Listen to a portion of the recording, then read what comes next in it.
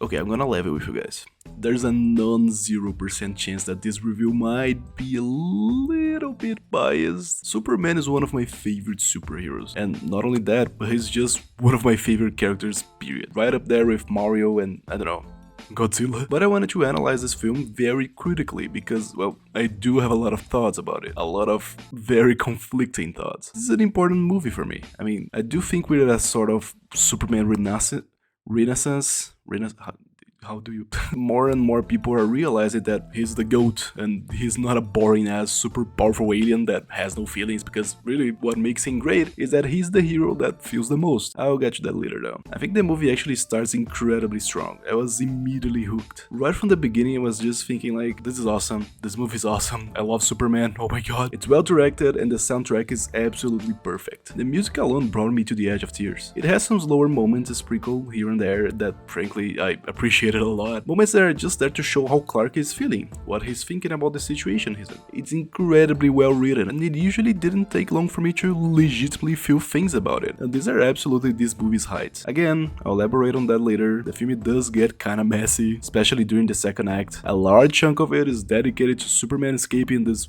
weird-ass super prison place, and while that part makes sense, plot-wise, it feels like it meanders a bit. There's a scene where Superman is being held captive by a character who eventually decides to help him, but not because Superman changed his mind, but because the guy just sees Lex Luthor kill someone in cold blood in front of him. That felt like a missed opportunity. Would it have been more powerful to show Superman's kindness and empathy breaking through him to change his mind instead? There's another moment with a little kid calling out for Superman's help, but Superman is elsewhere being beaten to death or something, I don't know. Instead, it's his fellow hero buddies who end up saving the kid. Now, that's still meaningful because they were only there because Superman inspired them to act, but part of me wished it had been Superman himself who showed up when he called. That could have been an incredibly strong emotional beat. And I mean, despite the messiness, the action never really falters. At no point did I think like, oh, this sucks. There are actually quite a few fight scenes that are fun, inventive, and yeah, incredibly goofy. I mean, this is James Gunn we're talking about. Dare I say it, but I did kind of almost get some Zack Snyder inspirations here and there, which is really kind of fascinating when you think about it. One thing that stood out to me is how this movie doesn't lean into Superman's strength as a centerpiece. He gets knocked out a lot. He could have easily crushed most of his enemies, but well, he just doesn't want to hurt anyone. That restraint is what makes his fight scenes more interesting. Unlike someone like Homelander from The Boys, who just shows up and vaporizes people, this Superman is constantly making the harder choice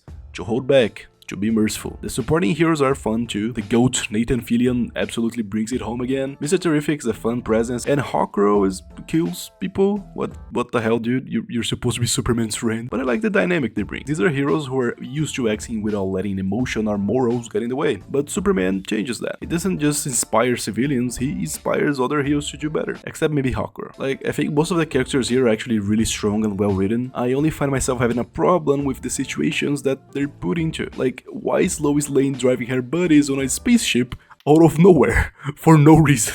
But I do think she's good too. She strikes a good balance of being sort of distant, like for drama purposes, and not really in an obnoxious way either, and being there for Superman when he really needs her. And some of her scenes with him are amongst the most powerful of the entire film. She's also a really good adaptation of how she is in the comics. I feel like this really is the only time I've ever seen her being this accurate. Lex is also an amazing antagonist. He's that guy that tries his best to appear like the good guy most of the time, but behind the scenes, he's absolutely cruel and merciless. There is no point in the narrative where you don't understand why he's doing what he's doing. He makes it all very clear. Although there's this one bit where he shows Superman that he has like a billion monkeys with computers typing Superman hate speech on the internet. And first of all, how did he do that? And second of all, really? Why? Do we really need that sort of social commentary here in the Superman movie? Come on, man.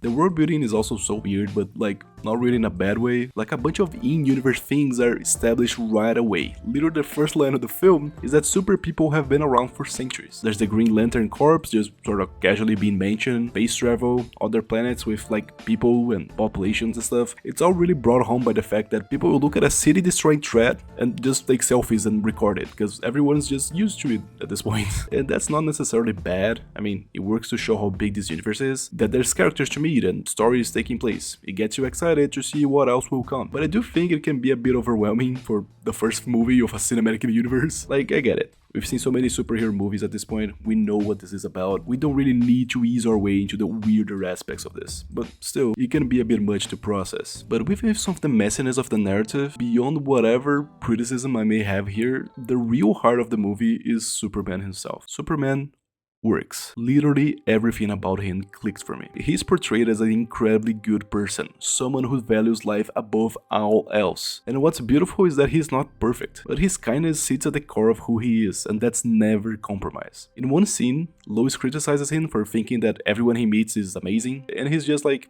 yeah, that's beautiful. I tear up when I heard that dialogue. That's exactly who Superman is. He sees the good in people even when no one else does. He is the personification of hope. This is just the kind of thing that works for me. It's what makes me feel. Having a hero who is, above all else, good. Superman is a true hero. I may not have thought that the movie itself was amazing every second of the way, but I never stopped thinking that this Superman is amazing. He's absolutely the best part of the film, and one of the most emotionally resonant takes on the character that I've ever seen. The emotional core of this movie isn't just present, it's powerful, and Superman is right at the center of it. And I think one of the strongest aspects of James Gunn as a filmmaker is his ability to make good emotional moments stand out even in moments where you wouldn't expect it, with characters that, above all else, feel human, even when they aren't. I'm glad that the hype around this trope of evil Superman, like Homelander and Omni-Man, is slowly being replaced by the wonder of having a truly good hero, who also just happens to be the strongest of them all. In a world of Homelanders, be a Superman. Okay, I saw that line in a YouTube comment the other day, I'm sorry.